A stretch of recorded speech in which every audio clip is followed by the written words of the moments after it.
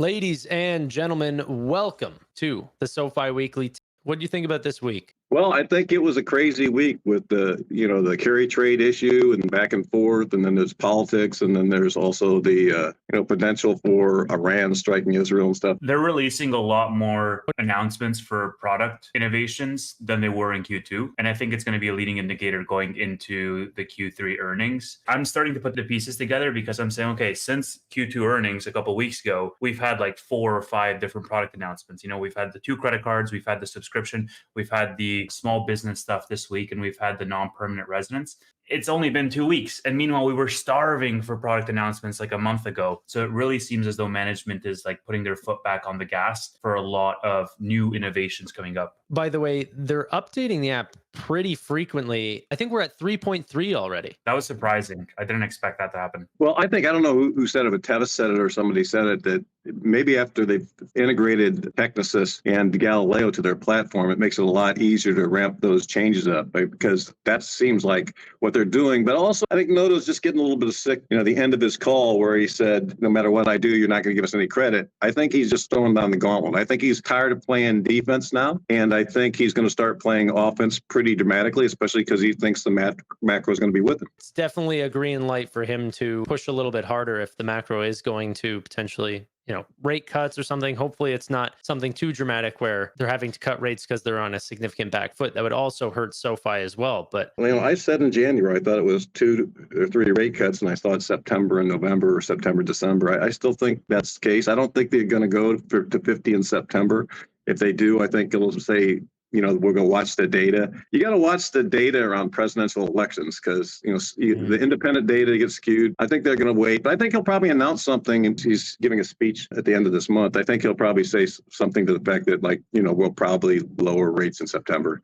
I think he has to lower rates. I mean, otherwise the regional banks are going to have a big problem. On that topic, while we're talking about the macro, regardless of whether it's 50 or 25 points in September, one of the things that's been on my mind that I've been playing around with is how the different political outcomes might influence SoFi, over the next 6 months after that decision. It seems as though the market was really pricing in a Republican victory, and slowly from, what we're seeing in terms of polling, it's becoming a closer race. We know that Anthony Noto commented on this a couple weeks back before the Q2 earnings. Do we think that that's going to have any influence on how quickly rates are cut, or is it going to be fairly independent? And I don't think the Fed will do anything before the elections. What will happen will depend on what happens actually in the election. If one party wins or the other party wins and they start doing something that affects the stock market significantly, they might lean into more Fed rate cuts, or they might hold off a little bit depending on what it does. So recently, SoFi actually during their earnings call are teasing 2 new credit cards that they're proposing. Yeah, I thought we could make a ton of money on these credit cards more than ever. It's a big thing. But I think what people are missing on the 2 credit cards is they're going to test these credit cards. You don't know what the terms were. They don't know what's the interest rates on these cards. What are the other benefits you have? Are they a MasterCard? Are they Visas? What other benefits are going to be assigned with them? And they'll do testing to see what works and what doesn't work. For like the Essentials card, they indicated like somewhere in there that you could turn your own auto pay. So maybe they have that as like a souped up debit card with auto pay. Try it. I'm really of the theory that a secured credit card for these people as a starter card is the way to go. And I put out an example that shows how much money people have to pay back over like a 10-year period with 28% versus 6%, and 4% is even lower. The money they save on that, they're going to be putting in invest, or they're going to be putting into other things, or they're going to just be thankful to have that card where they can continue to use it. And 1 month they build up a balance and they pay 4%, which for most people on a credit card is going to be like, oh, all right, well, that's not a big problem. If you charge somebody 28%, you have a lot more defaults than if you charge people 4%. You don't know what the ultimate terms are. They only gave you a couple of the different terms, just a general idea of it. If they're going to come up with something that's very unique, they're going to want to test it and then run with it. They're not going to say it in advance, let everybody else use it and see what they're doing. When you just graduate from college and you don't have any credit history, banks don't treat you well. When I graduated from law school, it was hard for me to get a bank account. The law firm got me my first bank account.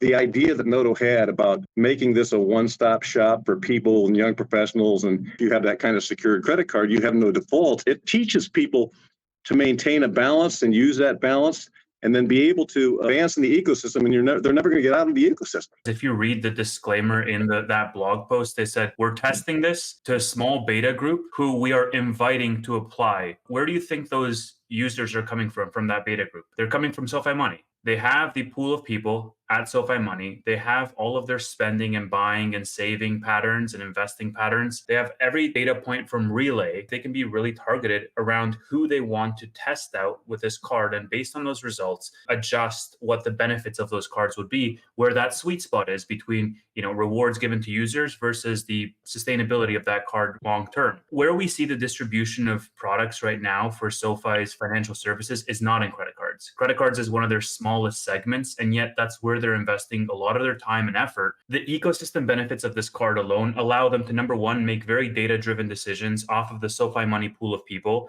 as to, okay, who are some of the lower FICO ones in that pool that don't have a credit card exposure that we can then give our card to and allow them to cross buy. And then if you see high defaults in that category, well, guess what? We'll target you for personal loans and you can refinance downwards and you can be a personal loan client. That's going to allow them to have a really easy on-ramp to cross-sell off of other financial services. If you have Relay, we're collecting data off you. We're going to target you for SoFi Money. If you have SoFi Money, then we're collecting data off you. We're going to target you for a credit card. If you have credit card, so on and so forth. That all of that works together, and when it all works together, and you get all the data from Relay and they expand Relay, you get so much data on people's spending when like they're doing bill pay and stuff just generically. You can target them for all kinds of other partnerships, and then you have 20 million members, and you find out that 8 million members need this. That's like your subscription base. And everybody knows when you have something that's subscription based, what really matters is the number of members you have under the subscription. That's kind of how you have to get the system, and it is use those credit cards as an entry point for all that. You want all their banking with you. And so you have to have the credit cards there, and they're too profitable not to do right. You just got to figure out how to do them right. A quarter-over-quarter increase in defaults, once again, for credit cards, going from, I think it was 13.2 to 13.8% defaults. Is this the right time to be launching new credit cards? Like they're saying that they're figuring things out. The one thing that we don't get to see is they're not separating by cohort. I just wonder, is this the time to be launching credit cards if maybe they still haven't cracked the code on underwriting? I'm pretty sure that most of those defaults come from that huge amount of credit under 600. I don't know where that came from. Having a new credit card where you're using new underwriting and you're not using the past underwriting, you're kind of stuck with the past underwriting of those people that already have those credit cards. I don't think it's a bad time or a good time. The fact that those defaults go up have nothing to do with your new underwriting for your new cards. And that's what you'll be testing. You'll be testing them to test better underwriting. If you have a whole ecosystem where some is secured directly, and then maybe at the higher end, you're secured by invest indirectly, and you don't have the low cohorts of FICO scores in there, you're not going to have 13%. You might have 3 or 4%. But then with the rest of the cards, you have 0%. So your average default rate is going to go way, way, way down, and your profit is going to go way up. So even if you make less interest on those cards, you're going to be way more profitable, because you'd rather have 1,000 customers making $1 than 10 customers making $10. And so I think that's where they have to go. They have to think 20 million, 30 million, 40 million members. And then you're looking at, you don't need to make $250 a credit card. You can make $100 a credit card at 40 million members. On top of the network effects, what we saw recently with a lot of their hiring, it's been in AI engineers. Presumably, a lot of those are going to be going into their underwriting models and assumptions and playing around to fine tune their models. But at the end of the day, just the flywheel alone, if you consider it, even if credit card to start with is a slight loss leader, it's another product in that flywheel, and it amplifies the entire power of the flywheel in general. And so they can very easily do the math to make some base assumptions to say, okay, well, even if we're losing 10% of new credit card people, but 20% of them are actually buying a second SoFi product that we're making money off of, we can do that counterbalance to say, okay, well, on aggregate, we're still making money off of these people, just not on the pure credit card alone to start with. And that's fine too. Well, if you think about it, if somebody comes to get a credit card, and if you have it secured, you just sold 2 or 3 products. You now have a savings account, you now have a checking account, you now have a credit card account. And then if they want to get to a higher level card and build that up, you need an invest account. So you now sold 4 products. And then if you have a personal loan, you have 5 products. That's where the flywheel starts making a ton of money, is when you start bringing people in, not on 1 product, but on 2 products or 3 products at the same time, which is kind of the idea of it. Like when I had the secured card, is because you have to have at least 3 products. You have to have checking, you have to have savings, then maybe you have to have some kind of direct deposit.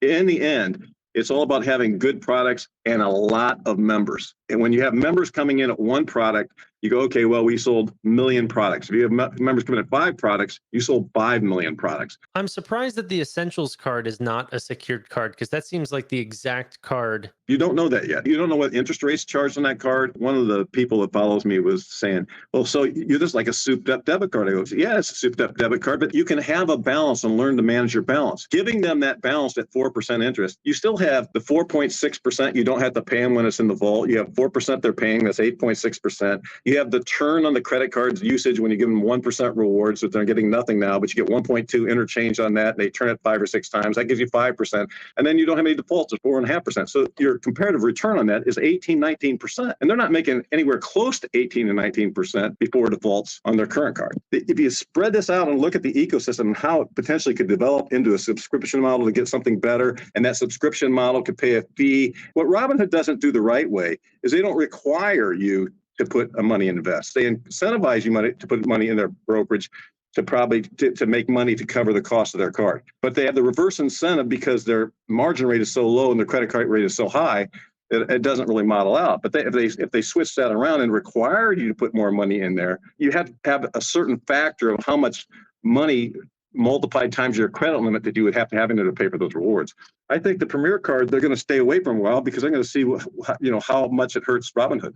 Wait and see if 3% is even a viable option. I mean, it doesn't look viable to me. You have $6 billion in cash, or how many of cash they can keep spending their cash down to cover it. But it's almost like something's very good. It would be a great marketing plan. And I think I said if they shut that off after a couple of months, that would be pretty good because they get all those users, and then you develop a following for your gold card, and you get certain people in that, and you can just give it to them by looking at how much assets they have, and you don't have to require it. Ultimately, if you want a Premier card that pays those kind of real rewards, it's almost like having a relationship with an investment bank, and you have $200 million in there, and you want to borrow money, you're borrowing money at 1% or 2%. And because they're making their 0.5% fee on your $200 million, they're going to lend you $200,000 at 2%. Rich people don't sell their securities that have gains because they don't want to pay the tax. You get rich never having to pay any income tax. So you can mimic that system by having a Premier card that gives really great rewards. And even though it's going to have a loss, you're going to more than make it up by having them have 20x their credit limit and invest. And then you can say for every $100, you got to put $5 in the ETF, because then they make money in the ETFs. They have to build out all those ETFs and that whole critical infrastructure and invest before they have a premium card, in my mind, because they have to make sure there's options where people can bring their money over there too without having to pay them 1 or 2% like Robinhood does. This week, Anthony Noto posted about it, announcing SoFi's foray into small business loans and financing. They're doing this through partnerships. Anthony Noto's post highlighted something to the tune of 33 million small businesses across the US. This is not going to be something that SoFi builds in-house. This is going to be something that they partner on. So for the business checking, they partnered with American Express and what does that say, Novo? And then for the financing, they had a list of partners listed in the next screenshot over there. On aggregate, I think it's good, but it's just a referral out, same as they have for insurance and a couple of other lines. I think they have car loans, something like that. Life insurance, they have cybersecurity insurance. They have a whole bunch of insurance products that they're all referred out. So essentially how it would work is, let's say I want to have financing for my small business. I would go onto the SoFi marketplace and I would apply, and then I would get redirected to a third-party partner website. They would assess my application. They either decline me or they accept me on their side. This happens outside the SoFi ecosystem. And then if they accept me, SoFi gets a kickback. They get some money in the form of a referral. So they're at the very bottom. They essentially highlight as much. SoFi's marketplace is owned and operated by SoFi Lending Corp. SoFi will be paid a fee from the provider if you obtain a financial product through the marketplace. All rates, terms, and conditions vary by provider. If they had done this in-house, obviously way more effort involved, more heavy lifting, more cash that they would have to burn in the form of investment that leads to get this thing standing and then scale it up later on. But they would get to keep a higher portion of those rewards. Those people would be in that ecosystem. They could cross-sell them other SoFi products. There's a whole bunch of benefits of doing this in-house. By doing it the partnership route, they obviously have the benefit of moving very quickly, because it doesn't really cost them a lot to approach AMEX and say, hey, let's do a partnership and we get a referral bonus. SoFi has a pool of high FICO individuals already on the money ecosystem, so they could refer those people out. And then you also leverage the established brands of a lot of these third parties. Like AMEX is world renowned, right? So they can actually get a base going there. I think that this is just something similar to credit cards that they're going to be testing out to start with. It's a very low effort way to get initial feedback, information back, where they can essentially say, okay, of our referred third parties across the board, insurance, whatnot, along with small business, where are we seeing the biggest amount of money coming in the door? And where do we want to make our next bet to vertically integrate or to bring this segment in-house? Is that going to be insurance? Is it going to be small business? We don't know. But essentially this way they can dip their toe in and they can see, what that landscape looks like before they make a measured bet to bring it in-house, because there's risk associated with that. There's a lot of costs there too. Last quarter, they talked a ton about diversifying into capital light business strategies. That's what this is. Is that Anthony Noto either in the meantime trying to pivot to more of a model that will see a premium in the stock? Are they just not ready and they're willing to use a partnership in order to get there? Like, there's a lot of companies that I really like that do this strategy, probably Shopify being at the top of the list, where every single service out the gate they want to give you access to. And then as they start to produce it in-house, then they switch it out. They used to offer loans. Now there's Shopify Capital. They used to do shipping. Now there's Shopify Shipping. Regardless of which product that you need, they've eventually replaced their own products with a Amazon Basics version, if that makes sense. The power of the ecosystem is dependent on how many products you have in that ecosystem. It's a network effects type of thing. If I have everything on SoFi, or I can basically have a connection to everything on SoFi, and there's a benefit there on aggregate, then yeah, I'm going to choose that ecosystem. And guess what? The switching costs for me to get off of that ecosystem are so much higher. The lifetime value for me as a user is going to be so much longer as a result of it. And so them having more products, even though they're referring them out, is still good because they're collecting the information and it's a very low risk way to make more profitability, but also make a measured step of where they want to expand to next. I didn't read anything about how much information they were going to get through this partnership other than a referral piece. I'm not sure that they're getting anything else. Number one. Number two, if you're going to set up a partnership like this, you want the partnership, the people you transfer that partnership to get better rewards or a better deal than they get by going just directly to American Express, for example. Otherwise, you're just shifting them over there and letting them get an American Express credit card because I'm sure that's what they're going to sell them. I have two businesses. I have business credit cards. A lot of my spend on credit cards goes through my business credit cards. If I was a bank, I wouldn't want to let that go. And we don't really know the terms of this partnership. They said they're getting a referral fee. Are they getting a referral fee for transferring me over? Are they getting an ongoing referral fee for every other product that I buy through American Express? What's going to go on with that? There's a lot of things we don't know about it because it wasn't disclosed, just kind of like the credit cards. It's a good idea if you have an agreement that you get these people back. What I want is my small businesses to be integrated so I can actually go on the one site. And so say I want a SoFi app, I go personal there, then I go my business X, my business Y, I can see it all on my phone on the same site and I can control everything.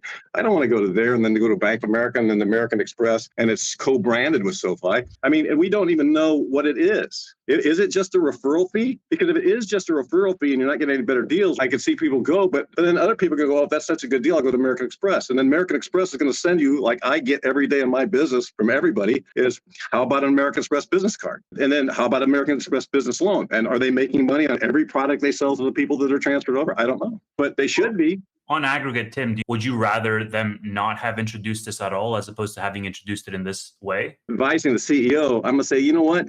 You got to tie this stuff down because you're sending people to a competitor. I mean, American Express, if you're going to start your credit card, American Express is your competitor. They run a damn good credit card system. If you're going to do something where you're doing a real partnership with American Express, so it's like the SoFi American Express business account, that's different. That'd be a winner. But if it's just getting the referral fee for transferring over and them open an account, I just don't see how does it help you? Because it's a core banking service. It's not like insurance. You know, insurance, I don't want to be in insurance and the regulation and all the work and all the paperwork. I'll just take a fee. That's benefiting your ecosystem, like you said. Wills or trust, you send somebody there to take a fee. You don't have to get into that because you don't have the expertise to do it. Business accounts is a banking function.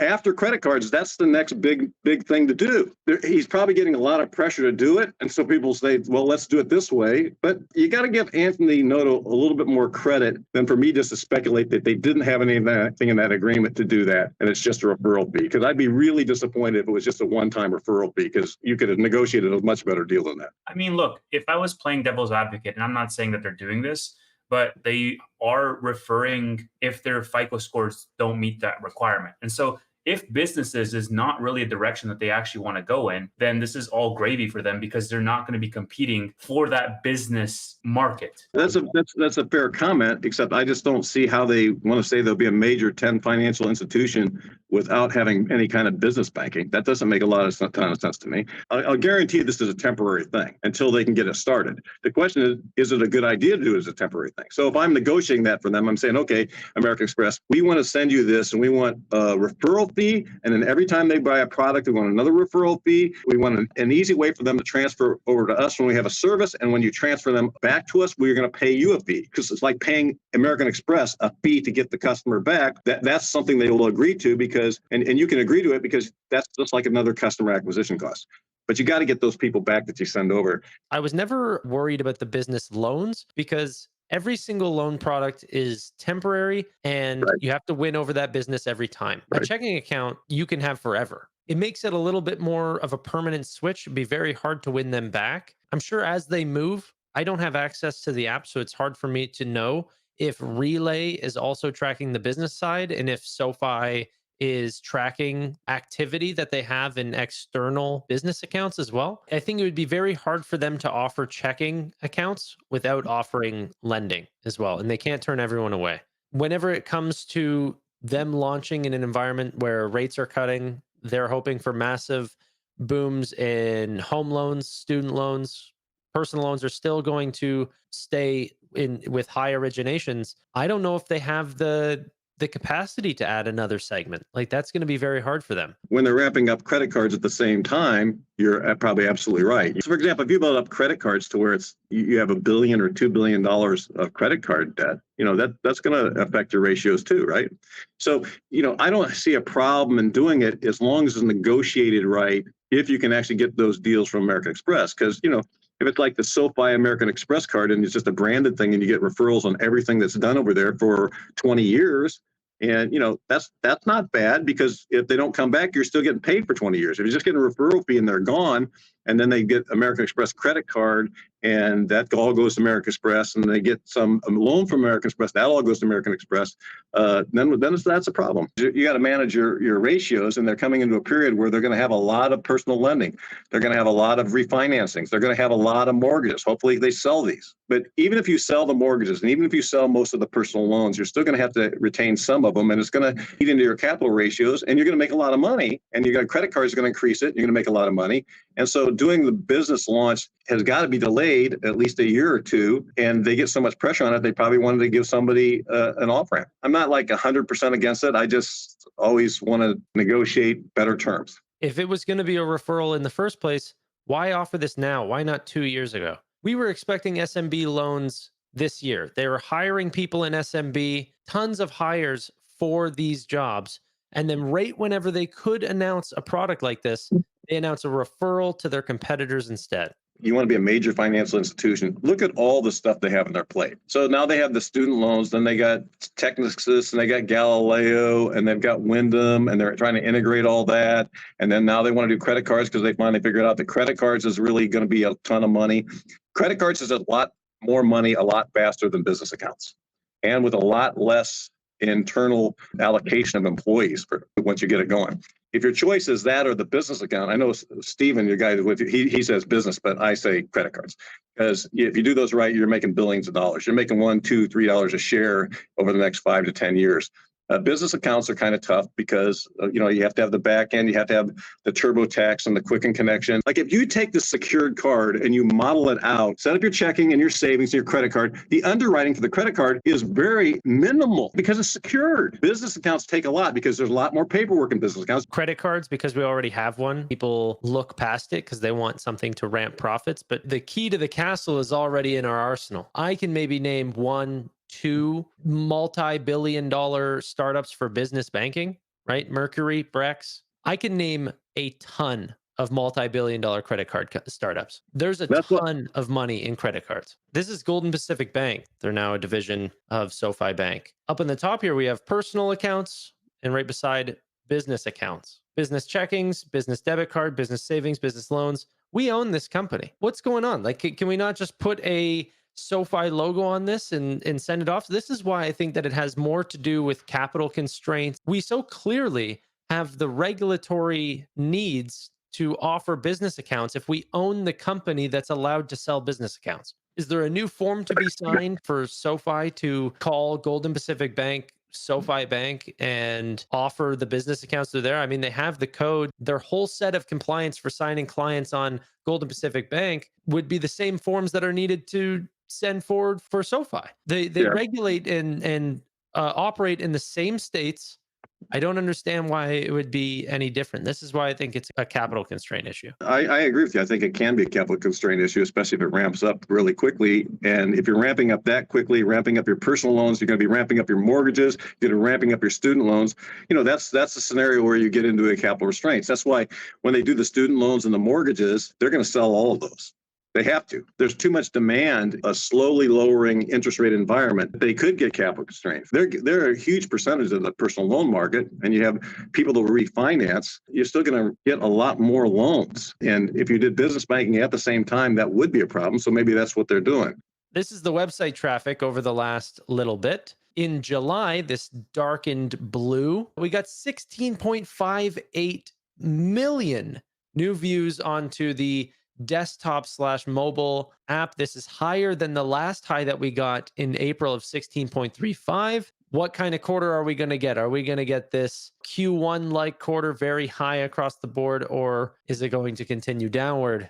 It's going to go up because you're going to be in an actual declining rate environment. So people that look at SoFi and they're going to look for loans, and they're going to look for refinancing their mortgage, and then they're going to look for refinancing their student debt, then they're going to look for refinancing their personal loans. I don't see that dropping. I think the third quarter is going to be big. I think the fourth quarter is going to be big too. I mean, at the end of the day, like if you just simplify it to its most base component, the more products they have, the more that's going to go up. There's going to be a larger pool of people looking for a higher amount of products.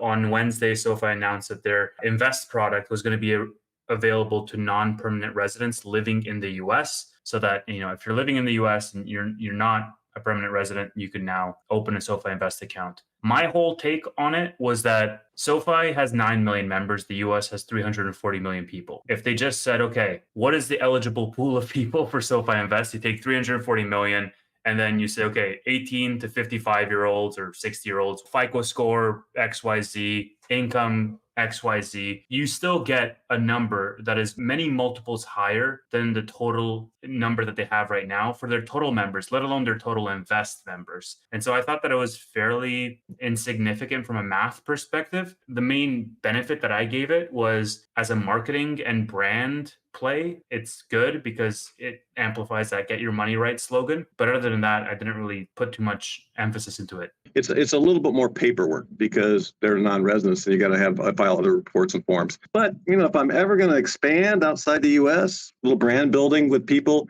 it doesn't cost anything to do it. It helps us. We can do a little bit more paperwork and get more people. It's more members. It's potentially more products, and it's a little bit of brand building past your borders. People come in visas and they go back, or it's an easy thing to do. It's like almost a no cost. It's a very little to no cost thing to do, and it looks like you're opening up. So it's, I don't think it's a huge deal, but I think it's smart to do it. Every little increment adds up, right? When you're doing valuations and you're like cross-examining people valuations, if you want to be successful, you say, could your revenue projection vary by 1%? They go, yes. Could your expense ratio vary by 1%? Could your cap ratio vary by 1%, or your discount rate? And so they always have to say yes, because it's true. And then in the end, you add up all the different percentages, and it's like 8% turns out to be a 50% reduction in value. So incremental gains of small percentage things that check something off their list that they don't have to do later if they can do it now. And with the integration of Technisys and Galileo, anything they can do for that integration also adds to Technisys and Galileo's toolbox for other people too, right? I realized that in 2022, I messaged IR along with Anthony Noto. I said, hey, look, I would love to get you on the channel. I'd love to interview you. They responded and they said, thanks, but no thanks, in so many words. And then I messaged, like last week, I messaged Galileo and I was like, look, I would love to have Derek White. I'm a product person. I'd love to talk product. They responded and they said, thanks, but no thanks, but message Noto. And so what I did was I went back and I messaged IR and I messaged Noto again. I said, look, I'd be willing to fly to San Francisco on my own dime, bring all the equipment. You can pre-vet the questions. You can have full editorial rights to cut anything you don't want. He just called me. He said, thanks, but no thanks. Yeah, exactly.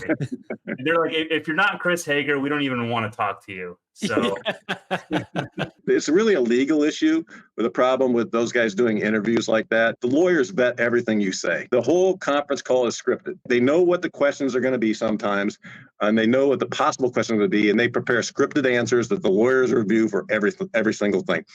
They just don't want to say something off the cuff, or you ask a question and their answer is confusing, or somebody misinterprets it. Here's the thing, Tim, is that they have done appearances with non-CNBC, non-Bloomberg. Like they've done random podcasts for people before. Right. Jonah Lupton had an interview with Anthony Noto. We had Jonah Lupton on our channel. The point is like they've done this before. So my assumption is more of like, hey, it's a brand thing. Who do we want to associate with? But either way, I think that it would be good to have, simply because I'm more interested, especially now that they're introducing more product lines, talking about that ecosystem in general, talking about, what that moat is, because I think that it's going to be a differentiator for the business that many people won't see. Like they just focus so heavily on the puzzle pieces that they can't zoom out to see what the image that's being formed is. And I think that could be really impactful, especially because, Tannor and myself, we've been covering this company. Like I've been making videos about this company for like 4 years.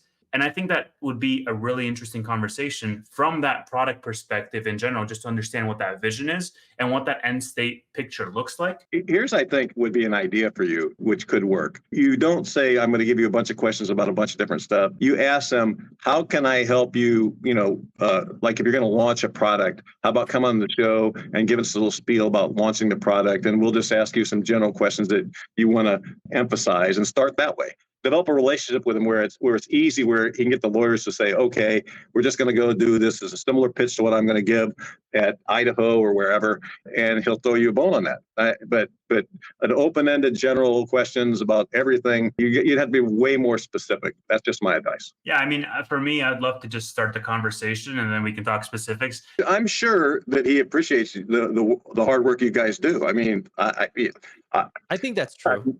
That's why I started watching you guys, just because that it saves me a ton of time in doing stuff. And so when you have people that are on X explaining stuff, that's what he sent me a message once. He goes, thanks for explaining this stuff, because he can't really explain it the way I can explain it. He can't call people out for being idiots and not knowing what they're doing. He can't. He's got to be kind of middle of the road. He's got to be, and trust me. If he reads this stuff, he wants to say some stuff to people, because it's like a lot of BS, right? And I'll just say as the last thing, my email is sitting in your inbox, Anthony Noto. Respond. Or we're gonna send Chris Hager after you, and then you're gonna have to respond. Yeah. Ladies and gentlemen, thank you all so much for watching. Really do appreciate your time. If you liked it, hit the subscribe button down below, hit the like button, do all the fancy stuff that helps us in the algorithm. But until next time, bye for now.